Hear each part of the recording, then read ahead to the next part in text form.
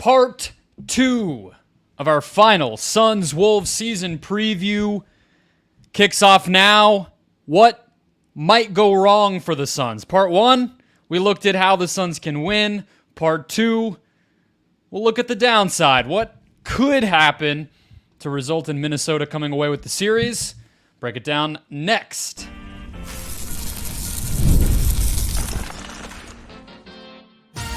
You are Locked On Suns, your daily Phoenix Suns podcast. Part of the Locked On Podcast Network, your team every day.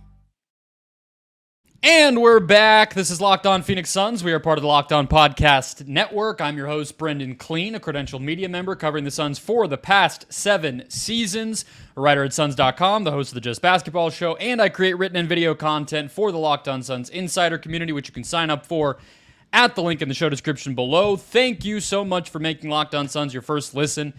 Maybe this is your second listen. I hope you checked out part 1. Here's part 2. Wherever you're finding us, though, hit follow or subscribe. We're free and available everywhere, including YouTube. When you hit that button, you get a new episode in your feed every single Monday through Friday. Bonus content just like this episode, all postseason long.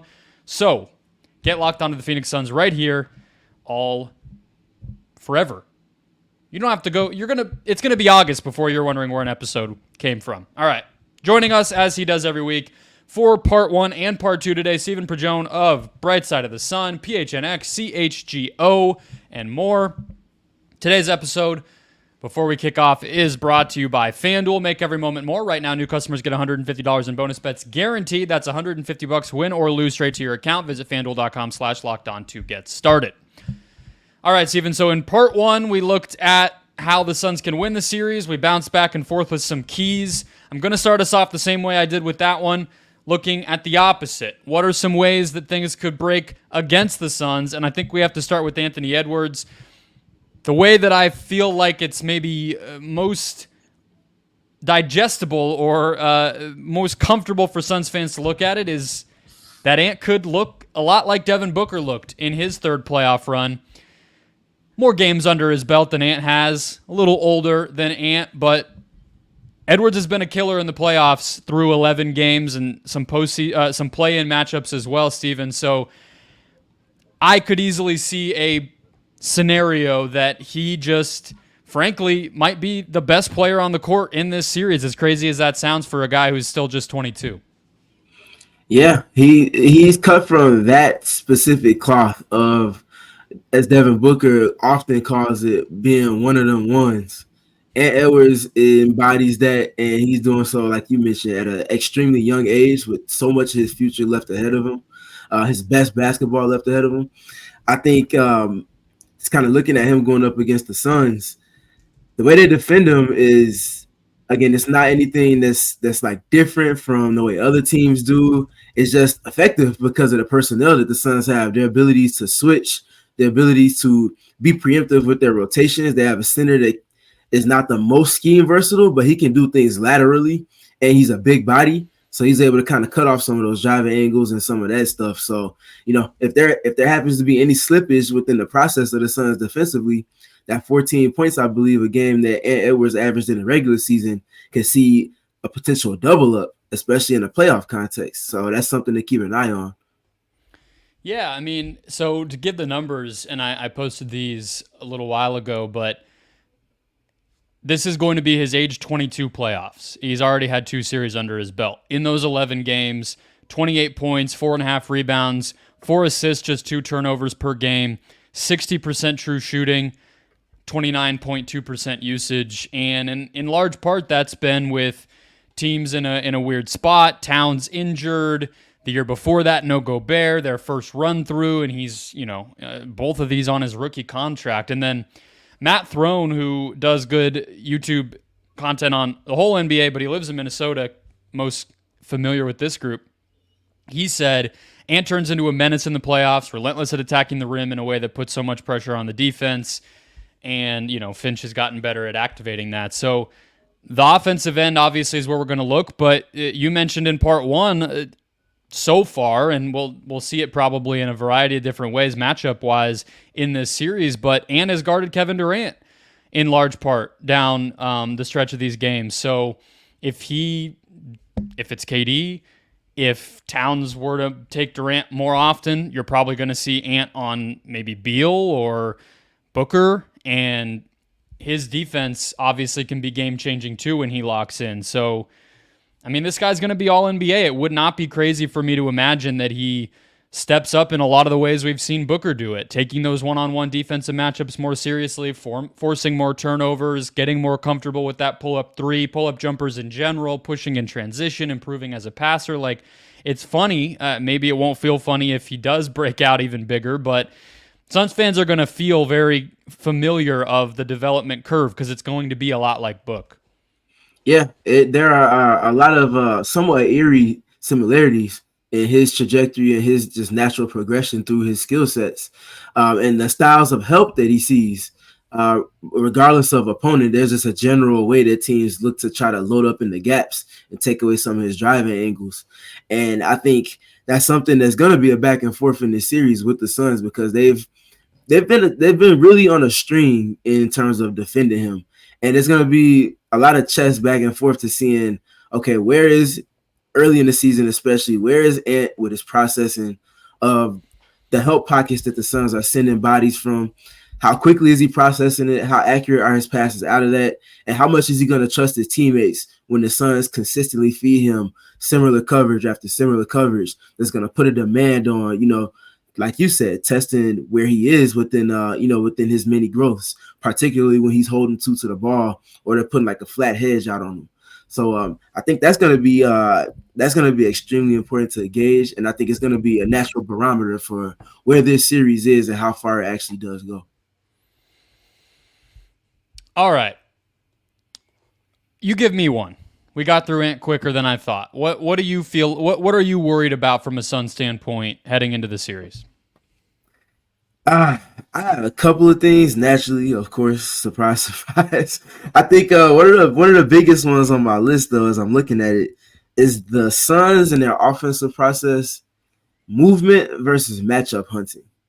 And I think there have been multiple pockets over the course of this regular season series in which the Suns swept 3-0, where they've married the two together to where it doesn't feel like they're bleeding away the shot clock to get to the matchup hunting, but they're also not static in how they're going about doing so. And I mean, we talked about it ad nauseum this season in terms of the Suns being at their best when they're moving the ball, moving players are screening for each other, they're tilting rotations, and they're rotating and respacing out of that from the offensive end and manipulating space within all of that. When they get to that portion and they sustain it, and they don't have those lows like they did in the first of that 2-game slate against the Clippers from last week, where they're allowing for the offensive or the defensive off-ball pressure to take them out of their movement and take them out of their sets and push them off of their spots. That's naturally something that this dictative style of defense that the Timberwolves can put forth over a series, especially on a game-by-game basis. If they can win in pockets, the back and forth chess that comes with that, in the manners in which we saw them win, like if, for example, that second game when they won 97-87, I think that's where this team can be, mastering those pockets and not giving in to everything that the Timberwolves are trying to dictate to them from their perspective is important. Yeah, it's funny that you say the answer is kind of both in terms of how they want to manipulate matchups or just sort of attack certain stress points in any defense, but this one obviously being a great one, because I've referred to this a few times. I think it was the last home game I asked, well, it wasn't the last home game because that was the Clippers game, maybe the one before that. I asked Beal, like, what is the mentality you guys are trying to create and emphasize in terms of how you attack weak point? I think it was the Zion game. And he said, good question, and then kind of basically said both, right? He's like, it's kind of just about feeling it out and not leaning too far in either direction and just kind of doing it in the flow of your normal offense. And I agree, that's when they're at their best. I think that's the thing that maybe you would say they miss about not having Chris Paul, is he was just so natural at, you think back to that Denver series in 2021, the Suns were both running their offense, but also punishing Michael Porter Jr., Nikola Jokic, whatever they wanted to do. It's really hard to do that. Not a lot of teams can, and I think the Suns have hit those highs, but this is another beast. And maybe Rudy Gobert, you feel like you can manipulate that, or, certain situations, maybe Towns, whatever, even Mike Conley being a little undersized. There's options here, even against a great defense, but it's a hard thing to do. And if they don't, then they'll get uncomfortable. And I think you're right to point out that second game, they won by 10, but there were lulls in their offense in that stretch for sure. But, let's jump to the next segment. I'll let you kick us off with other worries we might have as the Suns take on the Minnesota Timberwolves in the first round starting Saturday. First, today's show brought to you by Yahoo Finance. That's right.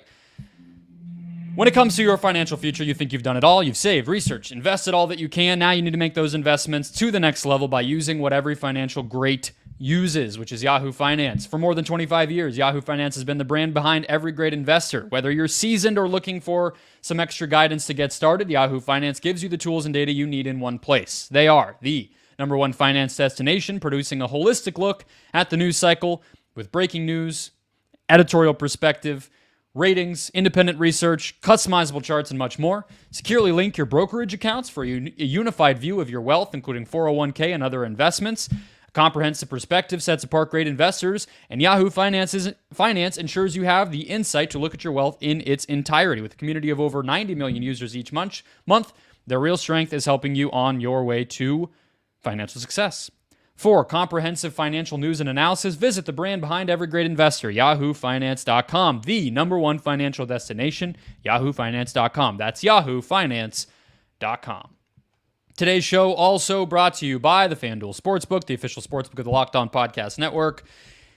Right now, you have the entire sports calendar basically running. You have NBA and NHL playoffs, baseball's in full swing, and FanDuel is your place to bet on every game. And right now, new customers get $150 in bonus bets guaranteed. That's $150 straight to your account, win or lose. Looking at the NBA odds, I've been telling you, hammer that over-under line for the total score of Saturday's game. I'm not going to tell you the outcome. I'm not going to sit here and pretend like I have a crystal ball, but 2 of the 3 matchups between the Suns and Wolves went over that 214 line, so that's something to keep an eye on. Plus, maybe you feel a little better. Hey, I'm already invested emotionally enough in Suns-Wolves. Well, check out the other series. Check out the other sports. Bet on everything from slap shots to home runs to slam dunks, all on an app that's safe, secure, and super easy to use. Visit FanDuel.com/LockedOn. Make your first bet an automatic win. FanDuel, America's #1 sportsbook. All right, Stephen, I feel like you had something on the tip of your tongue there before the last segment ended. What else is on your mind? What other concerns, worries do you have in this Suns-Wolves matchup? For me, it's been something that's been a back and forth all season, and it's been a point of emphasis, especially post-All-Star break, and that's sustained defensive success for the Phoenix Suns. So looking at them specifically, obviously through the lens of their matchups with the Minnesota Timberwolves, they averaged, like I mentioned in the first part of this 2-part series, 102.7. They had a defensive rating of that, which was second best across the entire NBA against the Minnesota Timberwolves. Looked specifically in the half court, they had the best defensive rating of 88.2. That is, especially looking at the Suns and the lack of defensive standout type players that they don't have on their roster. That is a loud, extremely loud and disruptive number. And I think the number, it gives a peek into their process, but I think it's more so just about the multiple efforts that they're defending with, the consistency, the preemptive communication and rotations, the attention to detail with Anthony Edwards when they're switching or when they're putting 2 to the ball on him, when they're sending the doubles to Karl Anthony Towns and his touches inside the 3-point line, when he's posting up or coming off a wedge or a slice action and getting those post touches. How consistent are they able to generate the rotations needed to keep their defensive shell intact and force the Minnesota Timberwolves into multiple actions? I think that's where my mind goes first on that, and I'm curious kind of where you are with that. Yeah, first, very aptly named podcast you do for PHNX. You bring the numbers, you bring the data. I appreciate that. Look, I think to me, the defensive area that I might be most concerned about, or maybe a change and evolution we could see from the Wolves that I would be nervous about if I'm in that Suns coaching staff, is what happens if they're a little more ready to use their size advantages, right? I think that's kind of the thing that I look at. Like, this flows into my next one, but I won't jump there yet. One of the guys that on the Minnesota side I think can have a bigger game is Naz Reid. I think we talked about Cat a lot in the first part of this, more from a Suns containing him, KD, some of that standpoint. But when he is activated, those post situations you talked about, but also he had one of his best driving seasons ever, this year. When he's using those size advantages and strength advantages, he can be really hard to stop. Their offense goes to another level. He can get to the line. Things like that start to domino from there. But, I'm not counting on Jaden McDaniels to become a more aggressive offensive player. That's been a roadblock to his growth as a player, but he is bigger than the Suns, right? Like, the guy who will be guarding him most likely is considerably smaller than he is. The same can be said of, in backup units, whoever is at center, the Wolves are going to have advantages. So with a week to game plan, I would imagine that they will be a little more ready for that, and a little bit more looking to create situations for their bigger scoring offensive guys to wield that and not settle for jumpers or, always kind of use basic pick and roll with Ant and Gobert or different things like that we've kind of seen them rely on. So that's what I would worry about. But what about you? What is there a matchup? You talked about Towns in the post. What else could we see Minnesota go to that would make you be, okay, let's see how they respond to this? Yeah, I think the best way for Minnesota to kind of counter and really take themselves out of the mud, which they've certainly been in a lot against the Suns in the regular season series, finding a way to get more out of that Jaden McDaniels, Naz Reid portion of their, obviously, the infrastructure, the power structure of their offense.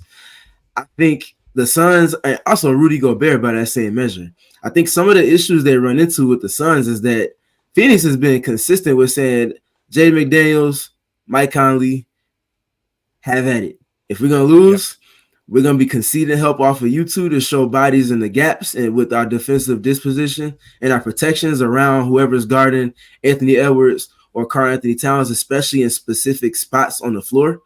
And I think that's a gambit, certainly, because Jaden McDaniels has shown the ability to burn teams when they give him that type of coverage. And I think it's something that's going to be a back and forth over the course of the series. If he knocks down 5 threes in a game or 4 threes in a game, that might be enough to sway things to where, okay, whoever it is that's helping off of him might hesitate the slightest bit. And if you're hesitating, like you mentioned, with the way that Karl-Anthony Towns has grown as a driver this season, as well as Anthony Edwards being one of the elites of the elite with driving, that crevice turns into a canal that he's able to navigate through. Now they're snowballing downhill against the Suns, and that's obviously against everything that Phoenix wants to do. So them being able to find pockets to score against the switching and the general extra attention that the Suns are conceding to those two players, I think is going to be important in their process. And, it's going to be something that I'm certainly going to have an eye on for the duration of this series.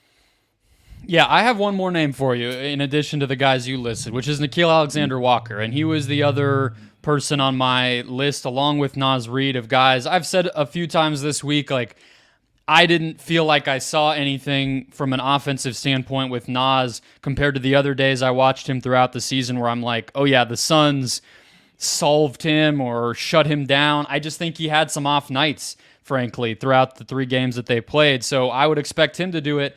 Nickeil Alexander-Walker is somebody where if he strikes me as one of the guys where Jaden McDaniels, he doesn't ever have the 3-point volume you want. So I'm not going to expect that to just appear. Whereas Alexander Walker, like, he's a younger guy also developing. I could see a game where he takes 10 threes if they're there for him and the minutes are there for him.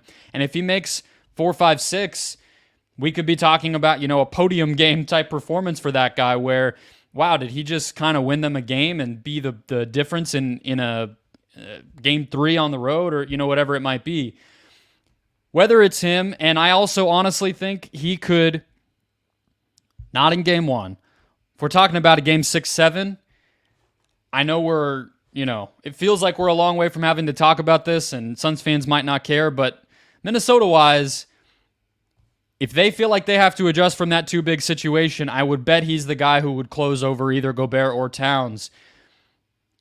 If he has a big series for all those reasons, I think it could really change things. Not to mention, I think he's one of the best point of attack defenders in the whole NBA, and we know that that's a great way to get the Suns uncomfortable.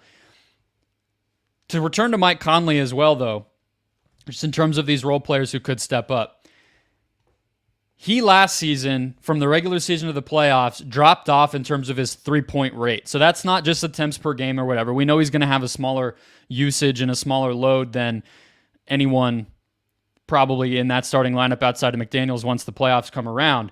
It's just also that the proportion of shots he took from deep went down from the regular season to the playoffs. That can't happen. He needs to have the mindset that if the Suns are going to play off of him when he is spotting up, that he needs to just be launching. And he can slither around, he can get in there, but if he also is in that headspace of like, let me take 6, 7, 8, 9, 10 threes in these games if I have them, that could be a difference maker too. So these are just some of the places where I feel like Minnesota could, again, in a playoff environment with a week-to-game plan and night-to-night tape to adjust to, I think Suns fans should not expect the status quo for some of these Minnesota role players with that mentality approach that they can have, different than just a random night in the regular season. So, all right.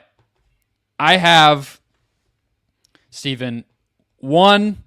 I know you're a very detail-oriented, based-in-fact guy. I'm gonna go ethereal on you. I'm gonna go, a little bit emotional to close out the show. So we'll get there in just one second. First, today's show brought to you by LinkedIn Jobs. When you're hiring for your small business, you want to find quality professionals that are right for the role, and you have to check out LinkedIn Jobs, which has the tools to help find the right professionals for your team faster and for free. LinkedIn isn't just a job board. They help you find professionals, hire professionals you can't find anywhere else, even those who might not actively be searching for a job, but are perfect for your role. Case in point, me, yours truly. I got the job that I have now by poking around. I followed the page of the website I now write for on LinkedIn, but I didn't know they were hiring. I didn't really for sure know I was looking. And then all of a sudden they post the job. Oh, hey, I'm qualified for that. Oh, hey, I think I know that hiring manager. Let me reach out. Let's get an interview scheduled. The rest is history. 86% of small businesses get a qualified candidate within 24 hours. They know. LinkedIn knows you're hiring. You're wearing a lot of hats when you're hiring.